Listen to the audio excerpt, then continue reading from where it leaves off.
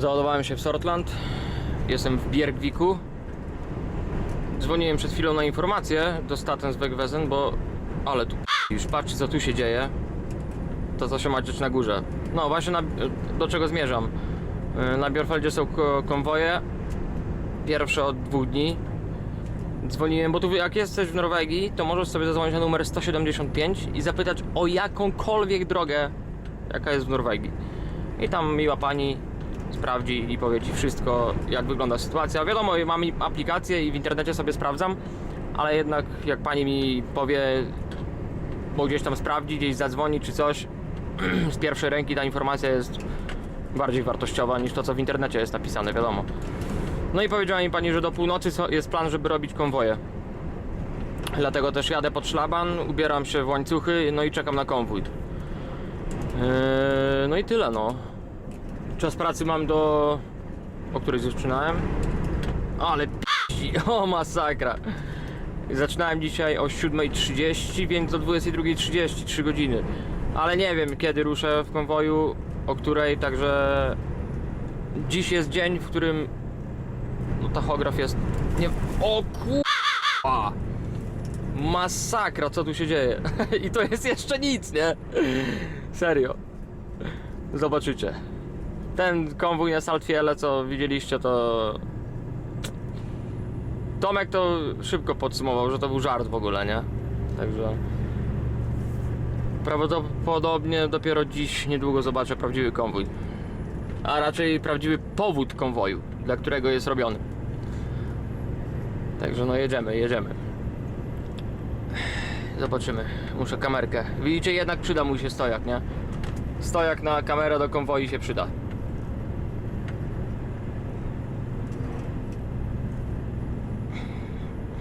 Dobra, podłączam kamerę i widzimy się już spod szlabanu. Powiem wam, dzisiaj może być grubo. Ja już jestem zakuty. Wystarczy, tak jak nie. Prawdopodobnie nic nie zrozumiecie z tego, co mówię, bo tak wiatrem. Jak widzicie, dwie strony pięknie zabezpieczone, nadkole założone. Nadkole zakładam po to, żeby jak ten łańcuch pęknie, żeby nie rozp***ł wszystkiego dookoła. Po prostu będzie się ślizgał po nadkolu, ta poprzeczka pękła nawet, nie? Mam nadzieję, że nie pęknie nic i wszystko będzie git. Prawie po 4 godzinach ruszamy. Zobaczymy, co tam będzie na górze.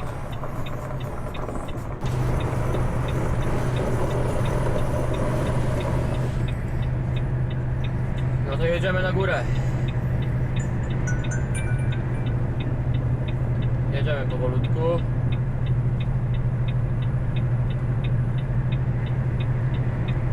Zostawiłem sobie odstęp od poprzedzającego auta, żeby mnie nikt nie przyhamował.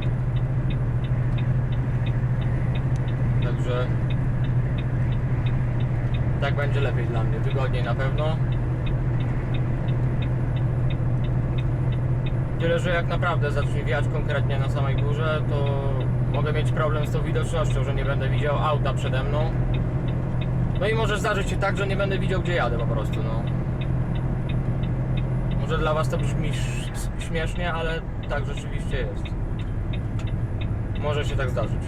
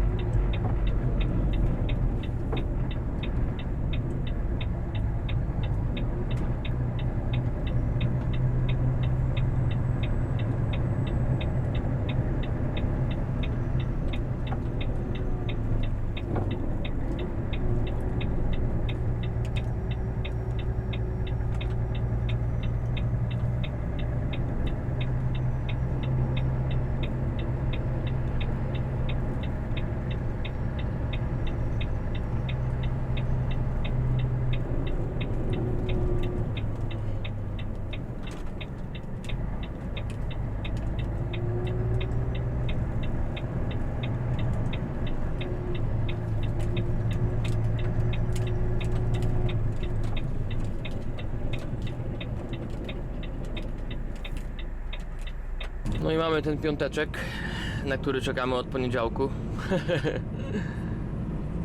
Mam jeszcze jakieś 350 do rozładunku. Zrzucę śmiecioszki. Mam nadzieję, że tam nic nie przymarzło, ale dieselka dużo wylałem, także powinno być ok. Zrzucę i cisnę do domku, no. I co myślicie o tym konwoju całym? Miejscami grubo było, przyznam. Ale znośnie, znośnie. Jestem przekonany, że bywa gorzej.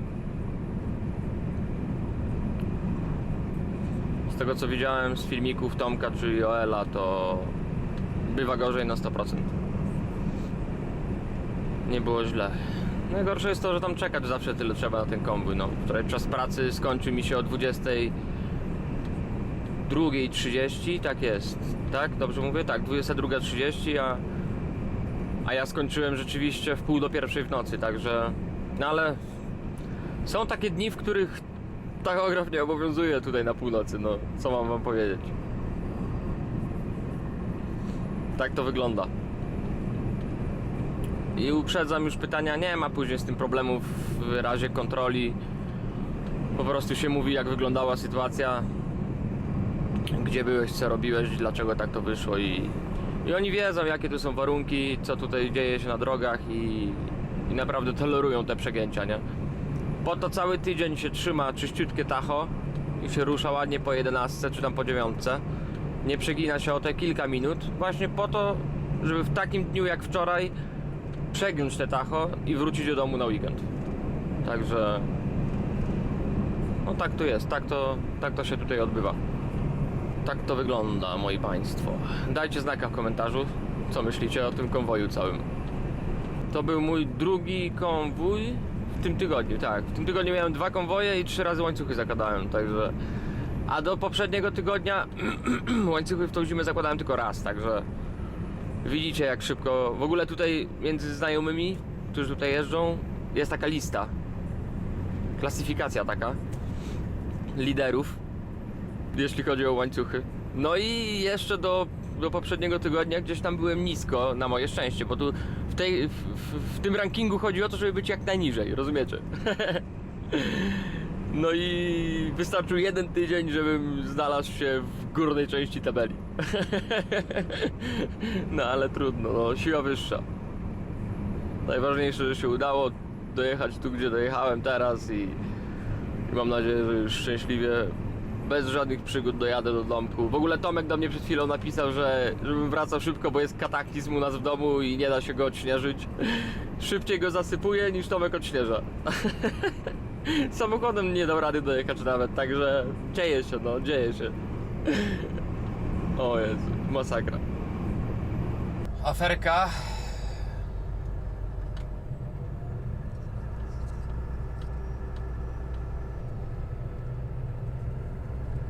Panowie z Polski.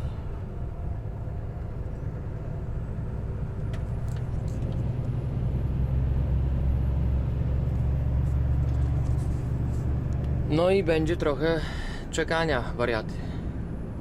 Niestety.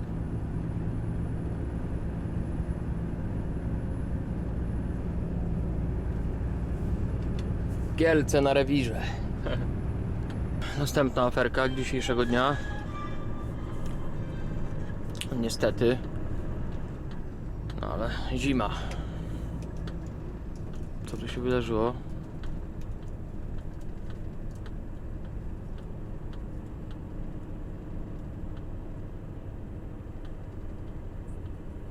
Oby nic poważnego.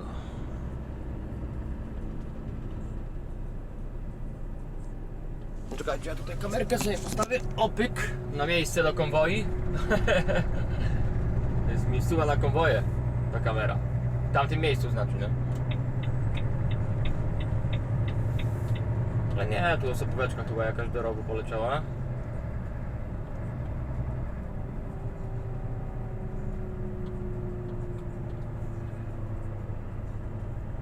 A nie, to jest ten gość, za którym jechałem dwuośką.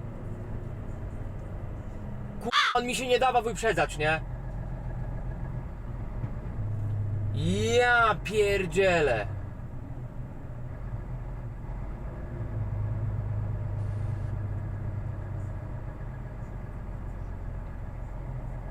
Masakra.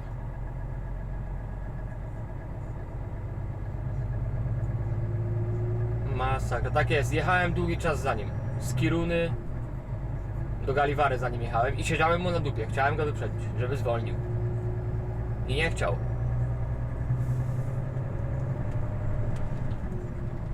No i nie zwolnił. Niestety.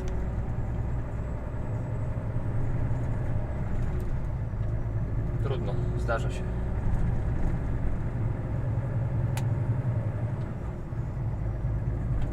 Zaczynamy ostatni tydzień przed urlopem. Ładujemy się, ładujemy. Bardzo ładnie, właśnie chciałem, żeby jeszcze mi dorzucił naprzód, bo on 24 tony tylko. Teraz będzie. Ile wrzucił? On niecałą łyżkę wrzucił. 600 kg, 700. Trzeba się dobrze załadować, żeby dobrze było jechać. Nie masz napędu na 4 kapcie? Nie no, ma. Teraz dużo będzie. Wziął pełną. Może w sumie nie pełną. Malutko miejsca. Kiedyś tu w wakacje byłem. To było tak mało miejsca, tyle złomu leżało, że przy wyjeździe ściągnąłem oponę z naczepy. W miejscu musiałem zawracać. No i nie pykło. Tak było. $11,200 na tyle. Ile wrzuci? O, 2 tony gdzieś. O, ośkę opuszcza dopiero.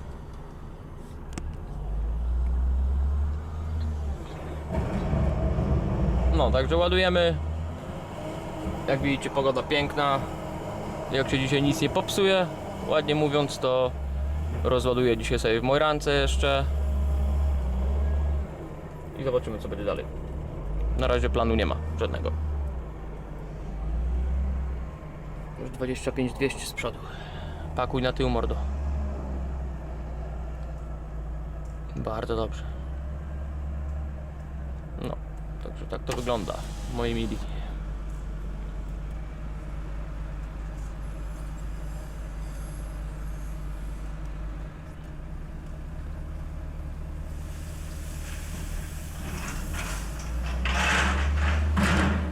Pięknie. Ja już praktycznie po robocie. Załadowałem dzisiaj w Lulei Kusakowskiego. Rozładowałem w Mojranie, czyli tu, gdzie jestem, o tam, w Celsie. I właśnie się tankuję. Czekajcie, założę sobie rękawiczkę. Może jedną ręką mi się uda to zrobić. No, zrzuciłem się w Celsie. Właśnie tankujemy. Kurwa, zapomniałem. Czekajcie, muszę szybko iść.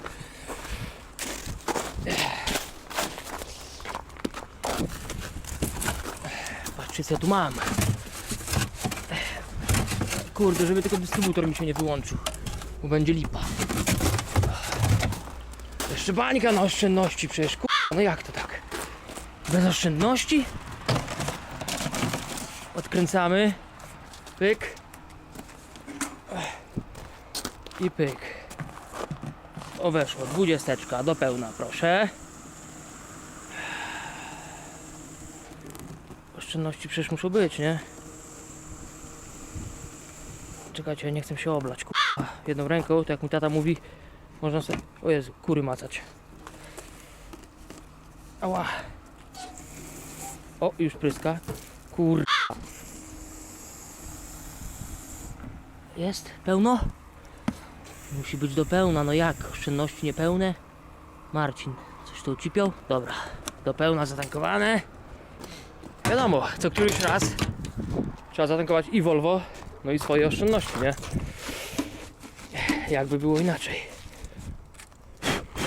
Banieczka musi być w naczepie, no jak nie? Dobra, już tak tłumacząc, bo jestem przekonany, że niektórzy nie odbiorą tego, co właśnie zrobiłem jako żart. Ten dieselek jest mi potrzebny do tego urządzenia. Czyli do urządzenia, którego używał mój wujek Marek, którym pryskał ziemniaki przeciw stące. A ja oczywiście używam tego do pryskania ścian, żeby mi towar nie przymarzał do ścian. Także ta banieczka 20-litrowa jest na diesla, którego później używam jako odmrażacza albo antyzamrażacza na mojej naczepie. Żeby nie było, bo wiem, że nie wszyscy zrozumieli ten żart. I zaraz będą Kur... Zaraz po emisji tego odcinka będzie tak. Ktoś obejrzy sobie, nie? Ała! O, jest. No, ktoś obejrzy sobie odcinek. Ktoś bardzo uprzejmy. I wystosuje takiego maila do mojego szefa. A Marcin to diesla na lewo bierze, kurwa. Ja bym go sprawdził. Ja przyjdę na jego miejsce. Ja jestem w drodze z Fauska do Bognes, a w sumie z Bodo do Bognes. Rozładowałem ten flisik, który dzisiaj rano załadowałem w Mojranie. W Bodo właśnie. I dostałem telefon fajny z biura. Cześć Marcin, widzę, że jedziesz ten weekend do domu. To przygotowałam dla ciebie spokojną pracę na resztę tygodnia. Mówię, no dobra, spoczko. To dawaj plan. Dobra, wyślę ci na maila. I przychodzi mi na maila taka dróżka z Bodo do Santork. Santork ładuje się do Bardufoss. W Bardufoss się rozładuje. Wtedy z Bardufoss na pusto jadę do Tromso. W Tromso się załaduje prawdopodobnie flisem. Wtedy z Tromso jadę do Alty. W Alcie się rozładuje, załaduje i dopiero wtedy jadę na Szwecję wysypać śmieci i do domku. Taki jest plan. Może gdzieś tu wam mapkę wrzucę, żeby wam to jakoś zilustrować, jak ten trip mój wygląda. Ostatni przed urlopem.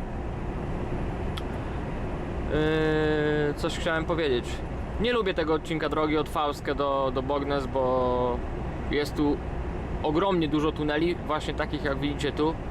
Ten jeszcze do najwęższych nie należy, ale są, uwierzcie mi, węższe, gdzie naprawdę, żeby się minąć, trzeba się wyhamować do zera, a czasem nawet spotyka się kogoś w takim miejscu, że i ty, i on zatrzymujecie się naprzeciwko siebie, wszyscy składają lustra i nikt nie chce jechać. Bo ty się boisz o swoją naczepę, a on się boi o swoją naczepę, no. I wtedy się stoi naprzeciwko siebie i jest wymienianie się tylko wzrokiem. Kto ma większe jaja, żeby ruszyć i pojechać. No mówię, bo w tych tunelach nie jest problemem rozwalić naczepę, no gdzieś rogiem przyciąć sobie, nie? No i druga sprawa, że tutaj na tym odcinku też jest kilka górek 8-9%, które potrafią przysporzyć kłopotów, ale udało mi się, bo jak jechałem ostatni raz tędy, to nie było tyle śniegu, po prostu było wszystko ujeżdżone, pewnie deszczyk jeszcze padał i był czysty lód. Wtedy miałem załadowany styropian, więc praktycznie tak jak na pusto, no. I mówię wam, uwierzcie mi na słowo, wiem, powtarzam się, ciągle mówię uwierzcie mi na słowo, no ale co wam powiedzieć?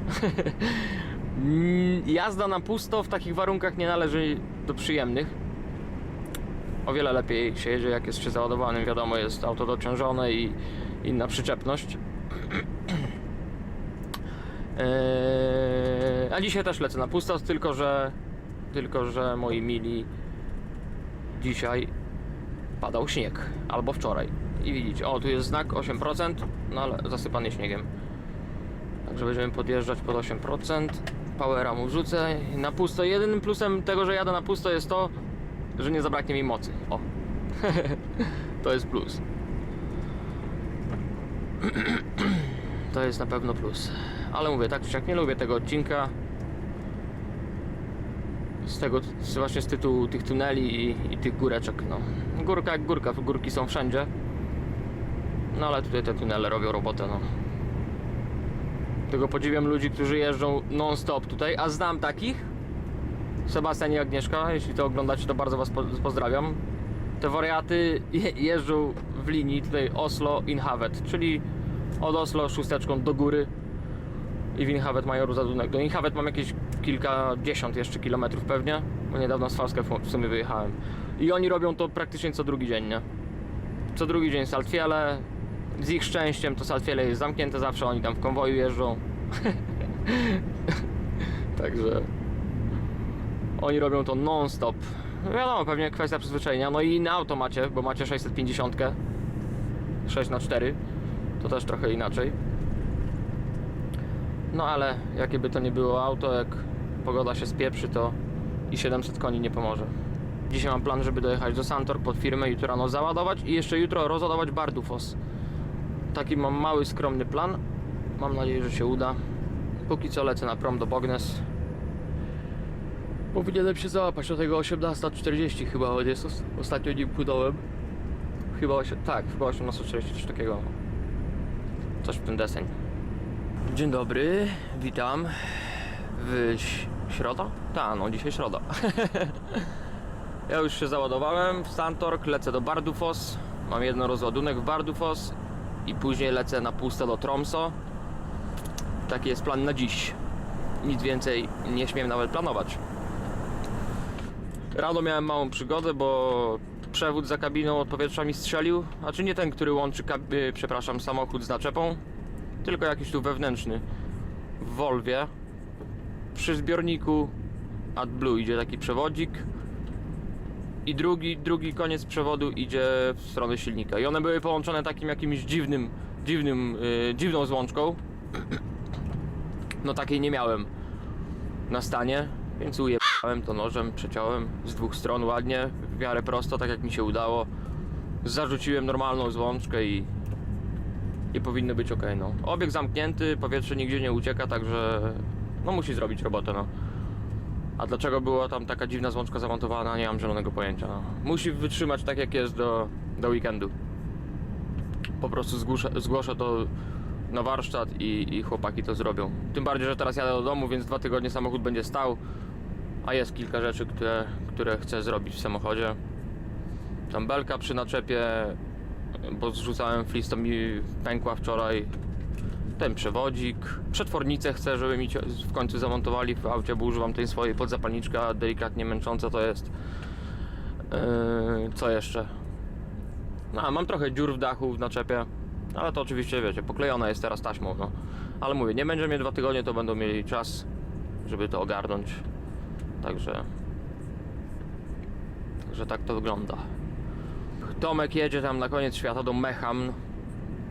Ma do przejechania jeszcze jakieś 210 km i na tym odcinku droga jest zamknięta w 3 miejscach. Także no dzieje się u Tomka, dzieje się. Znajomy z firmy Johan jedzie na Bjornfjell, wraca z Sortland, stoi na Bjergviku godzinę ode mnie, czeka Bjornfjell zamknięty. Drugi kolega Daniel jedzie ze Szwecji na Norwegię, też Bjornfjeldem. No i też czeka, tylko że w Kirunie, z drugiej strony. Ja patrzyłem na swoją trasę, którą mam do przejechania jeszcze, to płaskowicz między Tromsø a Alton też jest zamknięty na ten moment. O 15 ma być wiadomo coś więcej. Zobaczymy. I tak dopiero jutro będę tam jechał, ale no jak dzisiaj jest zamknięte, to może nie być kolorowo. Ale jeśli będzie zamknięty i będzie trzeba stać, to pewnie zrobimy tak jak ostatnio zrobiliśmy. Czyli nie pojechałem z Tromsø do Alty 6, tylko wróciłem się na Kilpisjärvi, wjechałem na Finlandię i z Finlandii wjechałem do Alty od strony Kwilion Polo. Także jeśli pewnie będzie droga zamknięta i będzie długi czas oczekiwania, to tak samo zrobimy. Wczoraj, mówię wam, złapałem zorzę, wyskoczyłem z auta. Szczerze mówiąc, to przyznaję się, o kamerze zapomniałem. Zrobiłem tyle zdjęć, ile się dało. Niektóre powybierałem, może wam je tu wrzucę teraz. Zobaczycie sobie. Ale tak, złapałem zorzę, drugą w moim życiu i zrobiła na mnie wrażenie o wiele większe niż ta pierwsza. Finsnes wtedy, co mi się auto zepsuło, jak sam stałem na serwisie. Bo była tak widoczna, było tak czyste niebo, piękne to było, naprawdę. No, coś niesamowitego, polecam dla wszystkich. Niesamowite to jest, niesamowite zjawisko, niesamowity widok. I naprawdę udało mi się zrobić kilka fajnych fotek. No i ale zorza ma to do siebie, że ona może trwać minutę, a może trwać 10 minut i później znika nagle. No i jak już się ogarnąłem, porobiłem te fotki, byłem z nich zadowolony, wróciłem, już wracałem do auta, to już zaczęła zanikać i wróciłem do auta, wziąłem jeszcze papierosa, kamerę, wyszedłem na zewnątrz i coś tam nagrałem, ale już nie było po prostu jej widać, no także nie będę nawet tego wrzucał, bo nie zobaczycie tego. Bez sensu. Ale fotki wam podrzucę. Obiecuję, że następnym razem, jeśli znajdę zorzę, to najpierw wezmę kamerę. Daję wam słowo. A teraz zjeżdżamy sobie na Cirkla. Zatankować Volvo i zatankować... O, nie ma kubka. I zatankować kubek na kawę. Także AdBlue nie tankuje, dieselka tylko wleje. O.